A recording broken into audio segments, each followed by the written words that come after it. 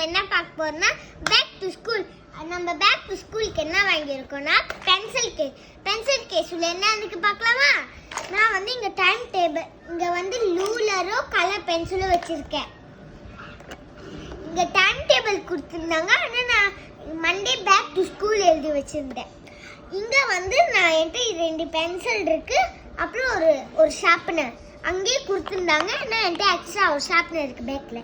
அப்புறம் வந்து என்கிட்ட கலர்ஃபுல் இரேசர் இருக்கு.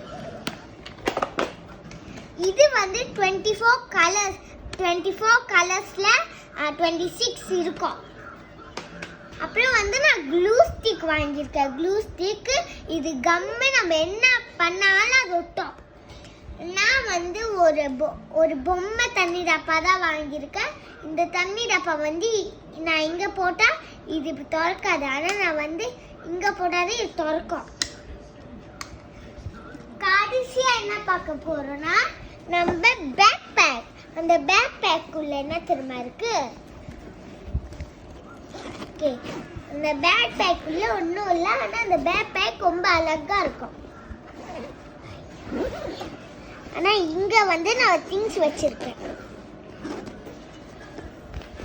இது வந்து என்னோட ஷார்ப்னர். நான் சொன்னதே நம்ம அதை எக்ஸ்ட்ரா ஷார்ப்னர்னு